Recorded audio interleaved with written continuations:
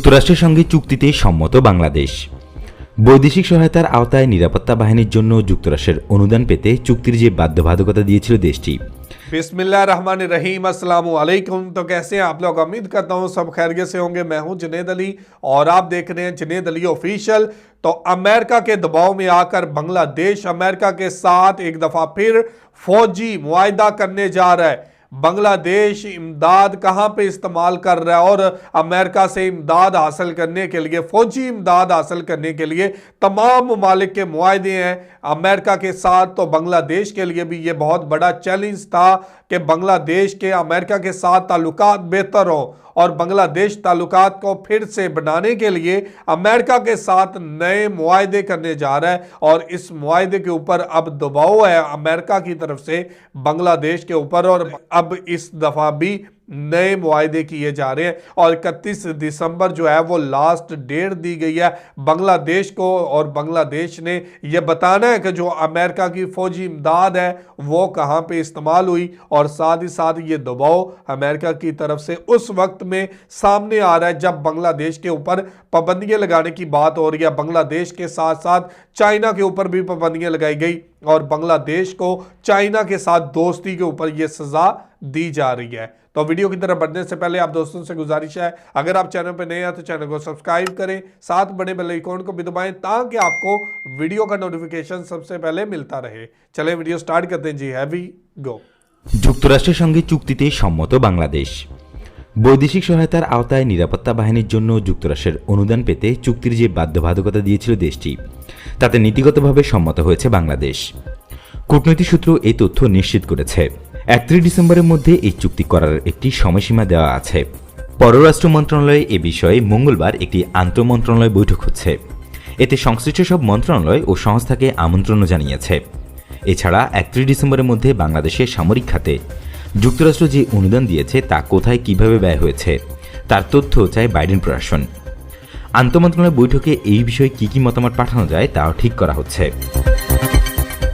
কূটনৈতিক সূত্র বলছে, গত 1 ডিসেম্বর বাংলাদেশকে পাঠানো এক চিঠিতে যুক্তরাষ্ট্র জানায়, লিহেই আইনের নতুন সংশোধনী অনুযায়ী মার্কিন অনুদান প্রাপ্তি অব্যাহত রাখতে চাইলে চুক্তি সই করতে হবে। বাংলাদেশ এই চুক্তি করবে কিনা সে বিষয়ে 15 ডিসেম্বরের মধ্যে জবাব দিতে হবে। বাংলাদেশ কোথায় কিভাবে ওই অনুদান ব্যবহার করছে সেটাও যুক্তরাষ্ট্রকে জানাতে হবে। এই বিষয়ে 12 ডিসেম্বর পররাষ্ট্র সচিব মাসুদ বিন মোমেনের সভাপতিত্বে জরুরি বৈঠক হয়। এতে সংশ্লিষ্ট বিভিন্ন মন্ত্রণালয়, বিভাগ ও সংস্থার প্রতিনিধিরা ছিলেন। তবে 15 ডিসেম্বরের আগে চুক্তি সইয়ের প্রস্তুতির কাজগুলো শেষ করা সম্ভব না হওয়ায় ঢাকার অনুরোধে 31 ডিসেম্বর পর্যন্ত সময় বাড়ায় ওয়াশিংটন। এরপর সামরিক অনুদান পেতে চুক্তিতে সম্মত হয় বাংলাদেশ। স্বরাষ্ট্র ও পররাষ্ট্র মন্ত্রণালয়ের কর্মকর্তারা জানিয়েছেন, প্রতি বছর বাংলাদেশকে বিরাট অঙ্কের সামরিক অনুদান দেয় যুক্তরাষ্ট্র। মূলত মানবাধিকার সুরক্ষার স্বার্থে বিদেশি নিরাপত্তা বাহিনীকে বিভিন্ন পর্যায়ে অনুদান দিয়ে থাকে দেশটি। এটি বিভিন্ন বাহিনীর সক্ষমতা বৃদ্ধিতে ব্যয় হয়। দেশটির বৈদেশিক সহায়তা আইনের আওতায় এমন অনুদান পেয়ে আসছে বাংলাদেশও। এর আওতায় বাহিনীগুলোর সক্ষমতা বাড়াতে প্রশিক্ষণ ও সরঞ্জাম দেওয়া হয়। গত 10 ডিসেম্বর মানবাধিকার লঙ্ঘনের অভিযোগে র্যাব ও এর সাবেক বর্তমান 7 কর্মকর্তার উপর মার্কিন নিষেধাজ্ঞার পরিপ্রেক্ষিতে ওই আইনে সহায়তা পাওয়া না পাওয়ার বিষয়টি গুরুত্বের সঙ্গে নিয়েছে বাংলাদেশ। মার্কিন পররাষ্ট্র দপ্তরের ওয়েবসাইটে প্রকাশিত তথ্য বলছে, মানবাধিকার সুরক্ষার জন্য প্রবর্তিত হয়েছে লিহেই আইন। বৈদেশিক সহায়তা আইনের সঙ্গে লিহেই আইনের 2টি ধারা যুক্ত করা হয়েছে। বিদেশে কোনো নিরাপত্তা সংস্থা বা বাহিনী নির্যাতন, বিচার বহির্ভূত হত্যা, গুম ও ধর্ষণ সহ ব্যাপক মানবাধিকার লঙ্ঘনে জড়িত থাকলে ওই সংস্থা বা বাহিনীকে ওই ধারার আওতায় অনুদান দেওয়া বন্ধ করে দেয় যুক্তরাষ্ট্র। মূলত বৈদেশিক সহায়তা আইনের সঙ্গে লিহেই আইনের 2টি ধারা যুক্ত করে মার্কিন পররাষ্ট্র দপ্তর ও প্রতিরক্ষা দপ্তরকে অনুদান বন্ধের অধিকার দেওয়া হয়েছে। নিরাপত্তা বাহিনীর জন্য মার্কিন অনুদান অব্যাহত রাখতে চুক্তি সইয়ের চাপ বিষয়ে বিশ্লেষকরা বলছেন, বাংলাদেশের সার্বিক নিরাপত্তা ও সার্বভৌমত্ব নিশ্চিত করার জন্য বিভিন্ন দেশের সঙ্গে সামরিক সহযোগিতা রয়েছে। বর্তমান প্রেক্ষাপটে এটি জোরদার করার চেষ্টা একটি স্বাভাবিক ঘটনা। যুক্তরাষ্ট্রের সঙ্গে বহুমাত্রিক সম্পর্কের আওতায় নানা সহায়তার অন্যতম গুরুত্বপূর্ণ উপাদানই হচ্ছে নিরাপত্তা সহযোগিতা। এটি অন্যায্য দাবি নয়। মার্কিন পররাষ্ট্র দপ্তরের ওয়েবসাইট থেকে পাওয়া তথ্য বলছে, বাংলাদেশ 2015 সাল থেকে এই পর্যন্ত প্রায় 650 কোটি টাকার মার্কিন অনুদান পেয়েছে। এই সহায়তার মধ্যে বৈদেশিক সামরিক অর্থায়ন এবং আন্তর্জাতিক সামরিক শিক্ষা ও প্রশিক্ষণের বিষয়গুলো রয়েছে। ওই সহায়তার উল্লেখযোগ্য অংশ বঙ্গোপসাগরের নিরাপত্তা বাড়াতে বাংলাদেশকে দেওয়া হয়েছে। এছাড়া 2013 ও 2015 সালে বাংলাদেশকে দুটি হ্যামিল্টন কাটার নৌজাহাজ দেয় যুক্তরাষ্ট্র। বাংলাদেশ বিশ্বের বিভিন্ন প্রান্তে জাতিসংঘের শান্তিরক্ষা কার্যক্রমে অংশ নেয়। বাংলাদেশি শান্তিরক্ষী বাহিনীকে সহায়তা করার জন্য 50টি multi role armoured personnel carrier দিয়েছে দেশটি। 2005 সাল থেকে বাংলাদেশি শান্তিরক্ষী বাহিনীর সক্ষমতা বৃদ্ধি ও প্রশিক্ষণের জন্য প্রায় 380 কোটি টাকা ব্যয় করেছে দেশটি। এর পাশাপাশি যুক্তরাষ্ট্রের কাছ থেকে 2012 সালে $18 কোটি 4টি C-130J পরিবহন বিমান পেয়েছে বাংলাদেশ। সম্প্রতি যুক্তরাষ্ট্র বাংলাদেশকে 110 কোটি টাকা মূল্যের ড্রোন দেওয়ার কথাও জানিয়েছে।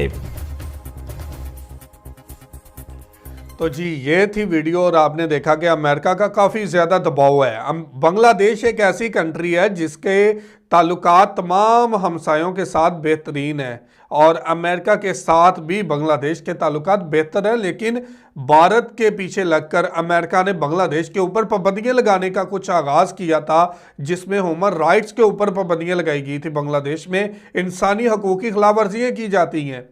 ये सारा जो कुछ भी हुआ है, भारत का दबाव था अमेरिका के ऊपर और अमेरिका का दबाव है बांग्लादेश के ऊपर। अब बांग्लादेश को चाइना के साथ दोस्ती से रोकने के लिए अमेरिका ने ये पाबंदियां लगाई हैं। भारत के साथ मिलकर जो भी फैसले अमेरिका साउथ एशिया के अंदर करता है, ये तमाम ममालिक के लिए परेशानी की बात है।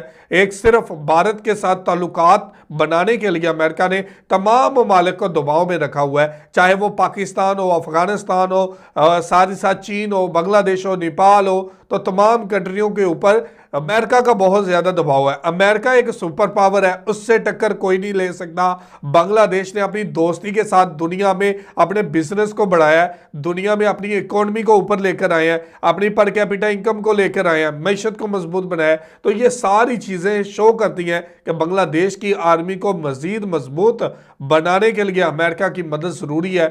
यही वजह है कि अमेरिका को पता है कि बांग्लादेश कहीं नहीं झुकेगा सवाए इसकी आर्मी के ऊपर दबाव डालने के। अमेरिका तमाम ममालिक को इमदाद देता है जो कि सिक्योरिटी के ऊपर होती है, जो कि आर्मी की इमदाद होती है, और बांग्लादेश का आर्मी का दस्ता जो कि दुनिया में अमन कायम करने के लिए सबसे बड़ा दस्ता बांग्लादेश का काम कर रहा है। दुनिया में अमन कायम करने के लिए, चाहे वो अफ्रीका के अंदर हो, दहशतगर्दी हो, चाहे वो दुनिया के किसी भी ममालिक में अमन के लिए काम करना हो, तो बांग्लादेश एक वाहद ऐसी कंट्री है जिसका सबसे बड़ा दस्ता यूएनए पीस कीपिंग मिशन के अंदर शामिल है। तो ये भी अमेरिका के साथ काम किया जा रहा है और बांग्लादेश के अमेरिका के साथ ताल्लुकात बहुत बेहतरीन रहे हैं। अब भी बांग्लादेश के ऊपर ये दबाव डाला जा रहा है कि जो अगर आपने आर्मी की इमदाद ली है या जो लेनी है, उसके ऊपर भी इनके साथ मुआहदे होने हैं। तो अब बांग्लादेश इस मौके को हाथ से जाना नहीं देना चाहता और जाने भी नहीं देना चाहिए। तो बांग्लादेश को चाहिए कि चाइना के साथ साथ अमेरिका के साथ भी ताल्लुकात 50-50 वाले रखे। मतलब पंजाबियों में एक मिसाल दी जाती है कि ना इनकी दोस्ती अच्छी ना इनकी दुश्मनी अच्छी, तो अमेरिका के साथ दोस्ती भी रखे और दुश्मनी भी ना करे, चाइना के साथ भी ऐसे ही ताल्लुकात रखे, लेकिन बांग्लादेश का फ़ायदे के लिए कहीं पे भी जाना पड़े तो बांग्लादेश को कदम आगे उठाना चाहिए। तो ये थी आज की वीडियो। आप इस वीडियो के बारे में क्या कहना चाहते हैं ज़रूर कमेंट करके हमें बताइएगा। बहुत शुक्रिया।